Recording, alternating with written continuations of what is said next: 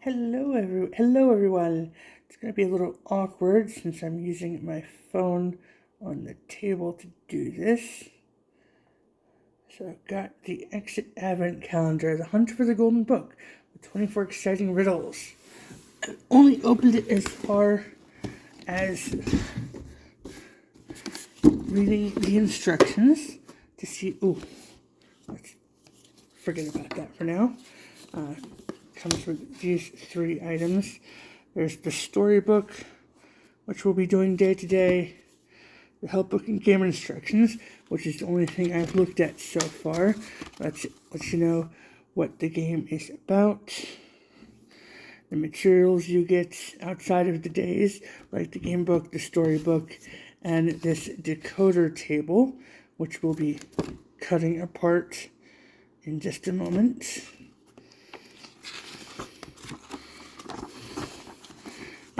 Telling us how to cut the decoder table apart, the game board, solving the riddles step by step,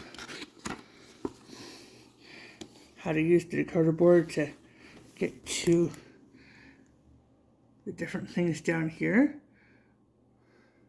with the codes and numbers and locks, because at the moment we only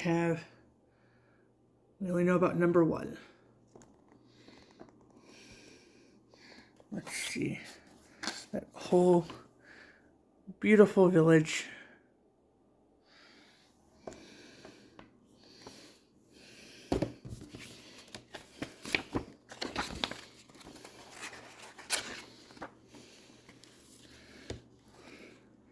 Okay, when does the game end?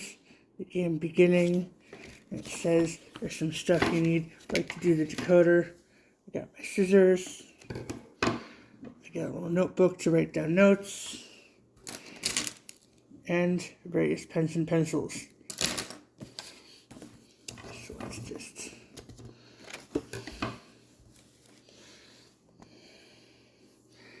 put this down now.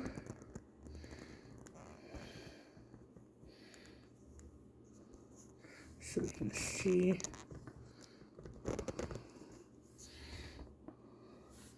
what's going on in front of us.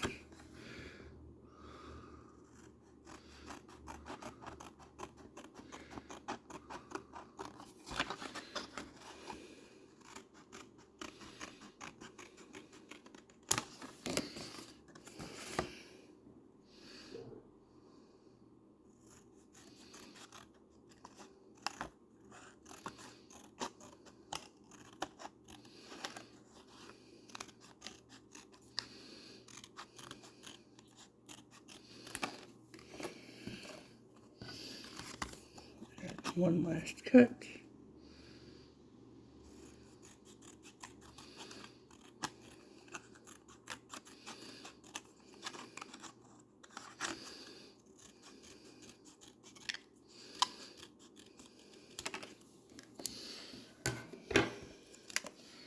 Okay. It says you have to do these precisely. Luckily, it's color coded. The yellow goes on the yellow. Right, like that.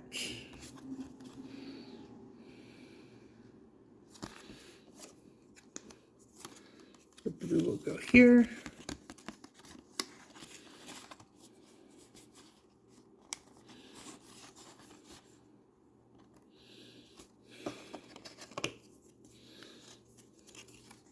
And then the red. Oh.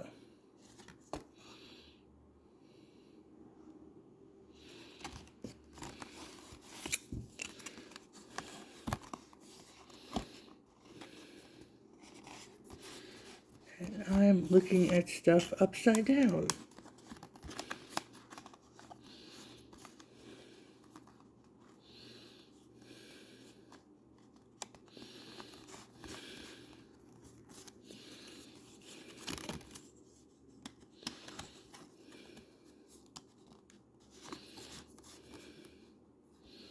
Okay, so the thing is, the riddle will give us a number to put in. And this is why it was upside down, as I was looking at this part. So you would go, once you have the number, you think it's correct, you go over here, and it would be from the door you start with, you'd go down right, up right, and then down one to get to what should be the next door. So let's put that aside.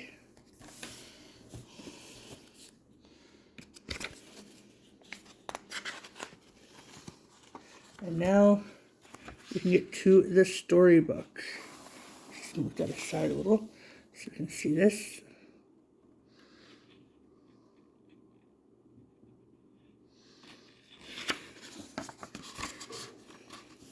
The prologue.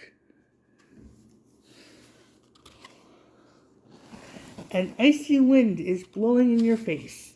You wrap yourself tighter in your coat and pull your scarf up over your nose. Thick snowflakes fall from the gloomy clouds above. You are rushing home to wait out the oncoming snowstorm from the safety of your sofa with a cup of tea. With your shopping bag clenched tightly in your hand, you make your way through the crowds.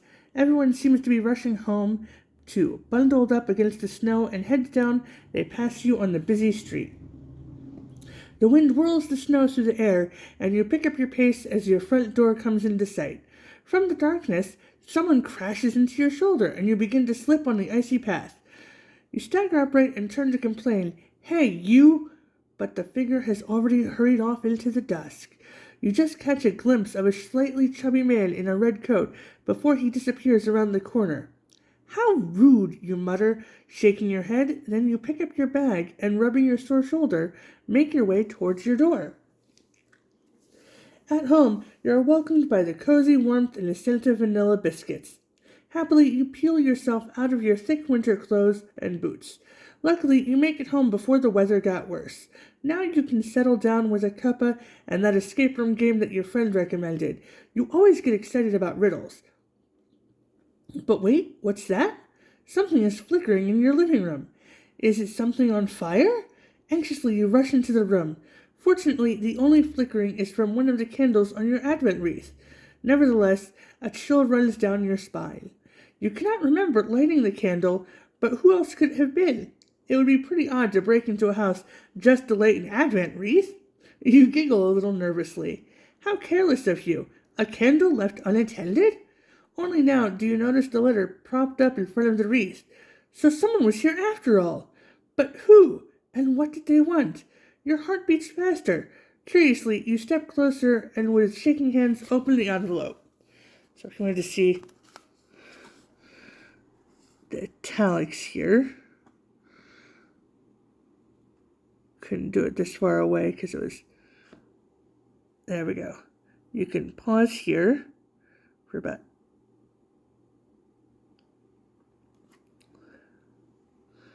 Okay, and if you wanted to see the second one, you can pause and go.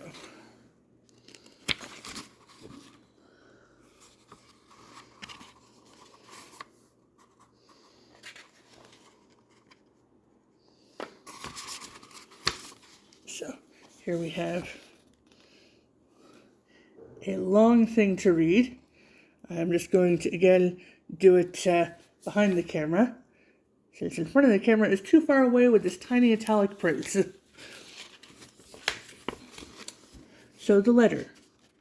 My dear friend, please excuse my intrusion into your home. I had no choice as I am in dire straits and running out of time. You will understand why in a moment. But first, I would like to thank you. Nowadays, there are few people who have not lost their faith in the magic of Christmas. There are even fewer who are extremely secretive and who, in addition, have a remarkable talent for deciphering complicated riddles. In short, there are only a few people like you.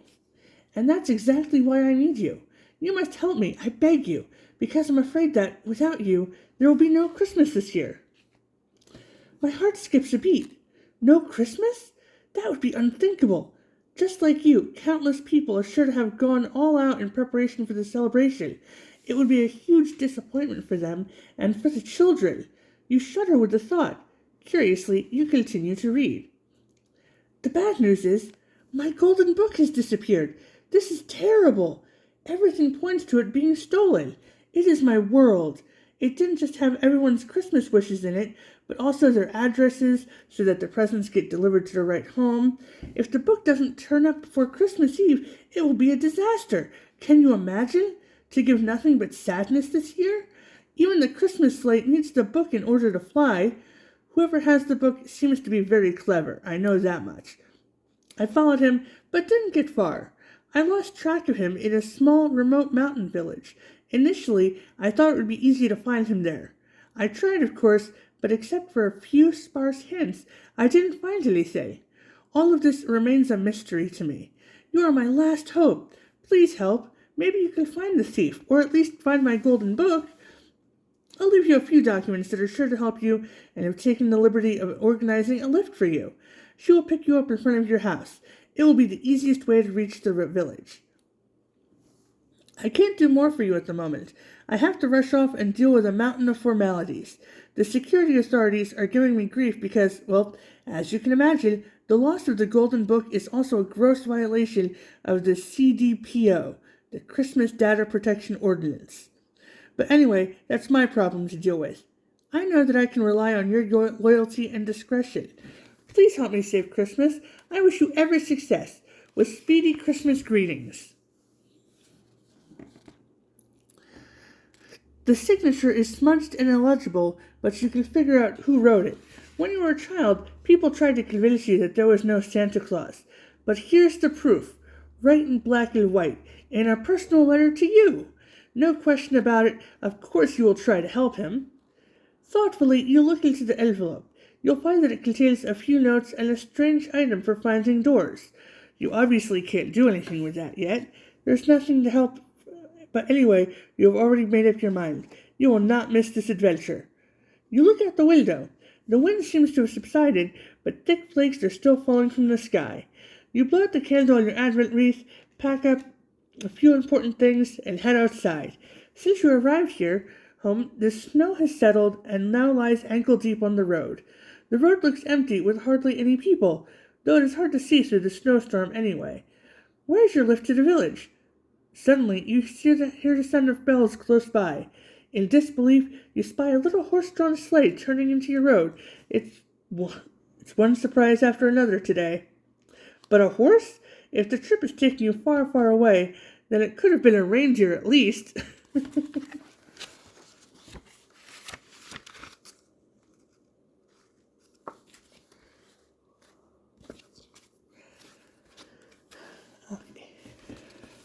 Now, this page should go here. You must have dozed off in the layers of thick woolen blankets, because when the sleigh stops sometime later, you're in a place you don't recognize. You stretch your limbs and carefully climb out. Immediately, the sleigh starts moving again and disappears with the gentle sound of ringing bells back in the direction which you came. You obviously have to walk the rest of the way. You look around. It appears to be quite late at night. The clouds have completely cleared, and the moon hangs like a gigantic disk in the starry sky. You trudge through the deep snow up a small hill and stop at the top and wonder. In front of you lies the village that Santa wrote about. Silent and lonely, it sits in a shallow valley framed by an impressive mountain range. And that has been the scene we've been staring at this whole time.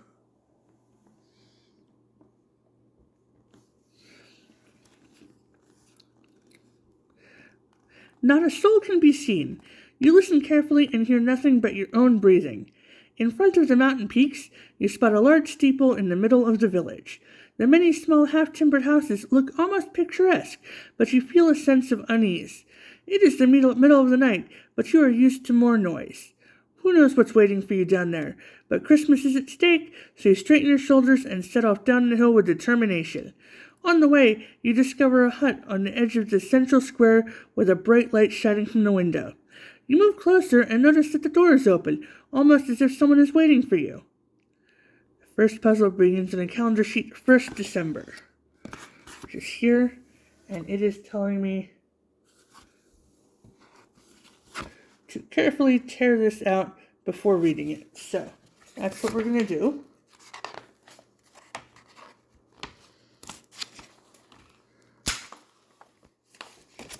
And we're going to close this book and put it aside till tomorrow. So now we have 1st December. You carefully approach the hut on the edge of the square. The door is ajar, but to be on the safe side, you creep to the frosted window and look inside. Everything looks deserted. Despite this, you knock on the door frame and wait a moment. As nobody responds, you enter. A strangely familiar feeling creeps up on you. You feel as though you know this place. The inside of the hut is pretty shabby. You notice a thick layer of dust everywhere and numerous cobwebs in the corners. It seems like nobody has been here for years. Strange, didn't Santa Claus write that he had visited the village? Something else catches your attention. From the outside, it looks as if the hut was brightly lit, but inside it's actually pretty dark, and you can't see any light source. Odd? Yes, but you don't have time to figure out why. You have a deadline to meet. There must be a clue here somewhere that will set you on the trail of the thief. You let your gaze wander and contemplate what to do next. The golden book doesn't seem to be lying around here. There's lots of strange junk, though. Smiling, you suddenly remember the wise words from your grandfather. If you are desperately searching for things, then it's better to get them tidy first. This saying has proven correct often enough, so you decide to look around carefully and take the opportunity to clean up a little. As you do, you spot some notes on the table. Okay, so open door 1 now. Behind you will find 2 riddle cards and 10 small strange items. And then the back of this is just blank for taking notes. So, come over here to day 1. Move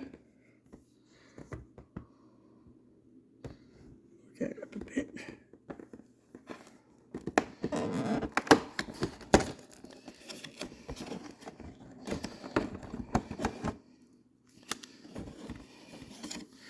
Then we have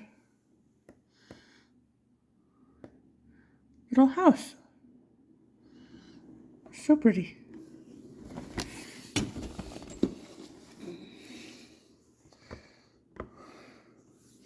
Okay, so we open up the day, and we have little card A1 and A2. And then some strange small objects.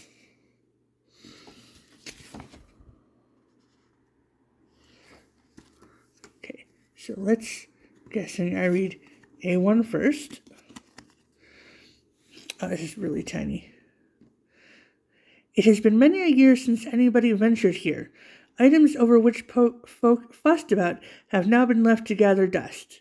Of the items you have found, 3 don't need to stay around. Throw them out and do not miss in the bin that looks like this.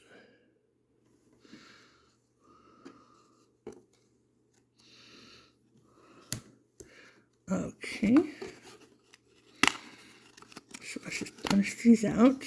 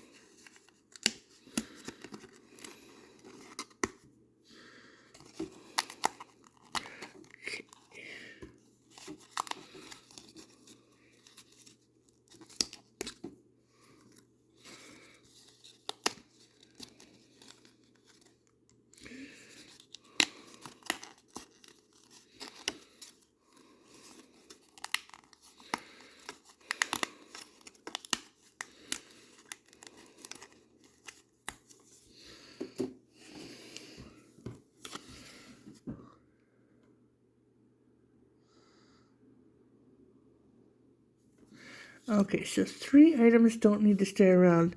I'm pretty sure this wormy apple gets sent in the trash. Then we have what looks to be deer antlers with a skull. an old newspaper. There we go, the news.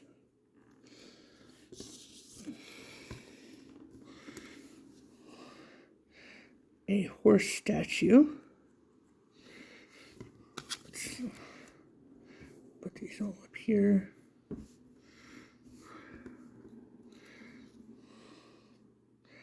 Okay, flowers in a vase.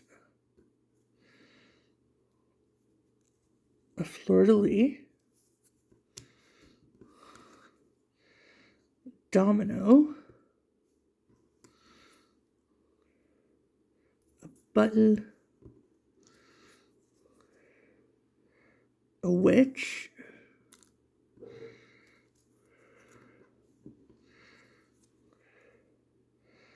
And a rooster.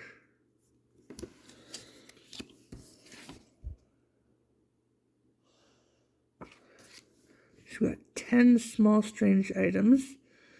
And let's see if maybe card number 2 sheds a little bit more light on things.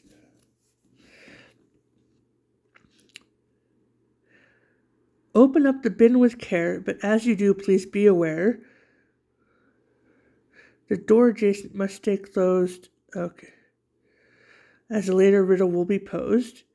Your rubbish items must stay whole before you place them in the hole. Don't cut or bend anything to get it into the opening. And these things will fit and solve the riddle.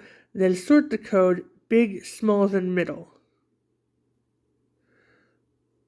Okay. Let's look here.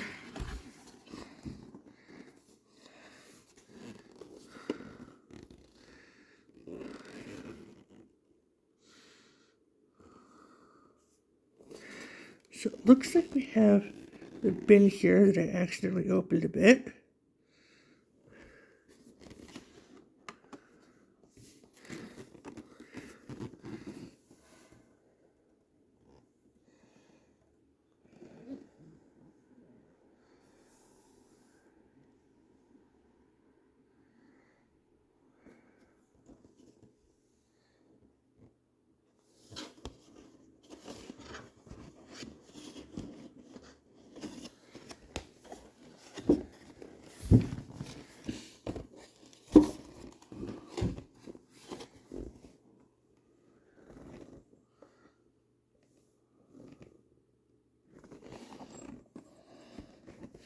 Okay, so in this part,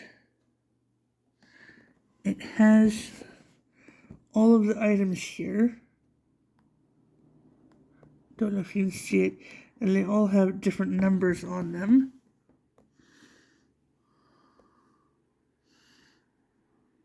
For the numbers that would go on this guy.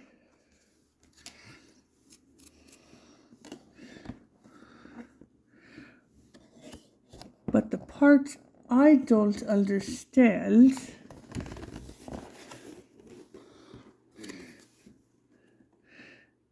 is finding the bin to stick stuff in when it doesn't look like stuff would have gone in there without me accidentally opening it slightly.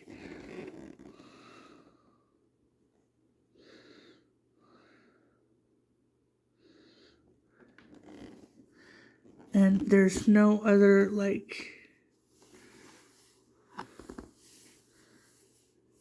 holes or anything that would have been done. So because I made a mistake, and I even, felt all in here to see if, it would get stuck in here somewhere, and it doesn't. So even though we're only on day 1, we're going to have to come over here and get a few cheats to figure out how this is going to work. So, how this works is that it gives you clues to slightly fold up. So here we would fold the first clue up to the yellow line.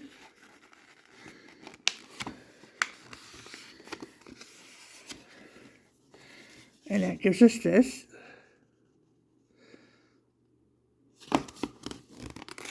Okay, I should have really felt that more.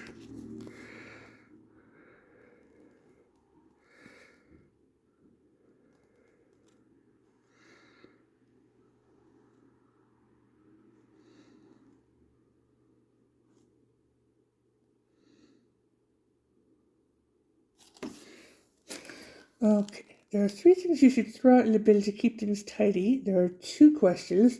Where is the right bin for it? There doesn't seem to be one in the room. And what 3 things should it be? Maybe the information on riddle card A2 will help. So yeah, like I said, there's nothing in the room. So I'll just the items with numbers.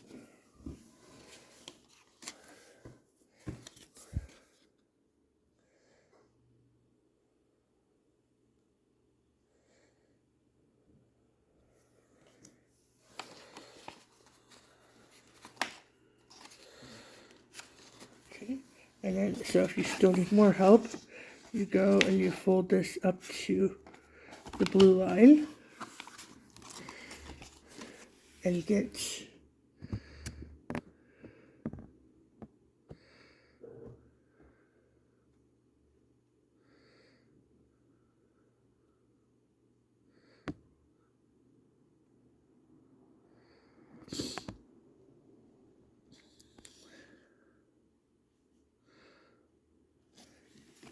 so yeah, take a look around the mountain village on the box. Lower right area there is a barrel exactly like the one in riddle card A1.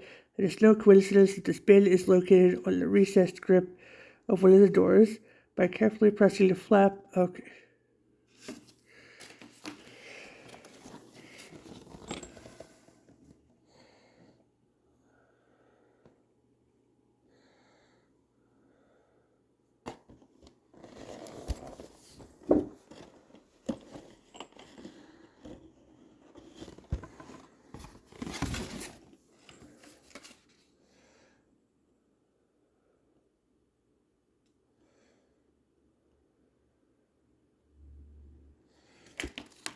Okay, so apparently I was supposed to push this open slightly, but then what would fit in it? Because everything can fit in the door, or is it just what's as big as the bin? Like this can go that way. This one seems like it's too big for the bin.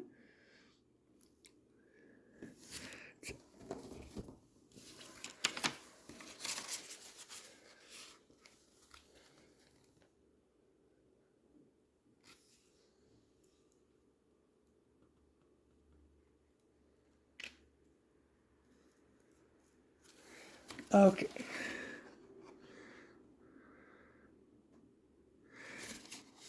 Okay.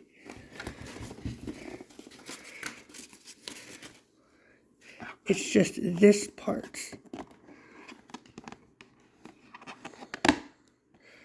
So it's what fits into this little area.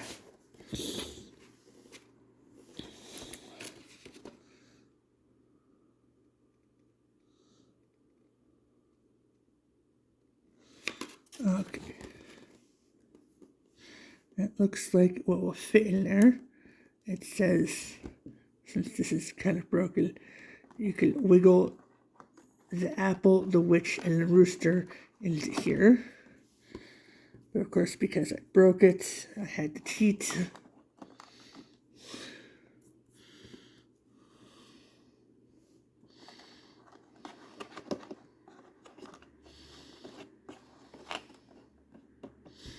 Okay. There's really anything could fit in there at that point because I couldn't pull it back out.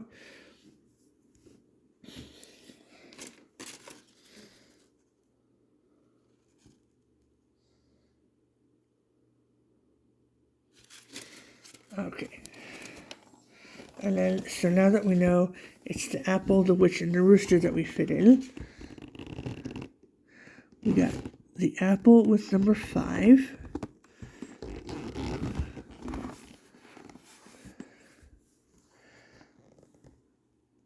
The witch shows number 3. And the rooster is over here at number 1. So we have the numbers 5, 3, and 1. And then we use them here.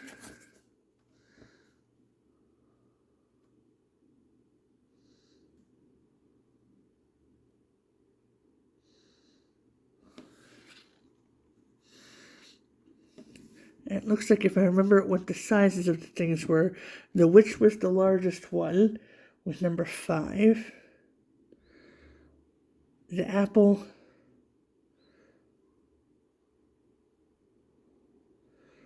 with the worm was kind of long, so we're going to go in the middle one, and then the rooster would have been the smallest. So that gives us 5, 1, 3 over here.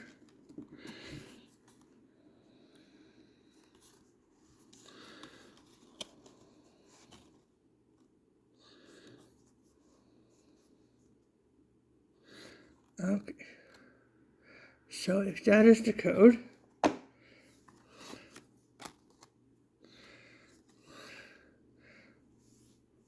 we're going to go, let's get all this stuff out of the way.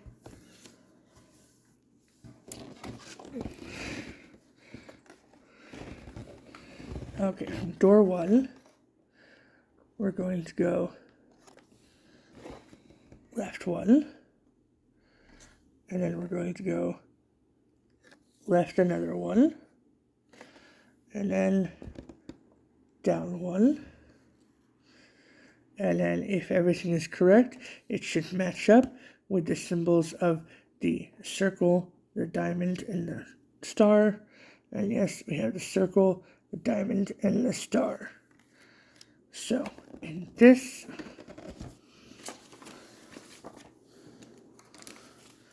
we write the numbers 5, 1, and 3, and then this is number 2. And we'll be opening that tomorrow.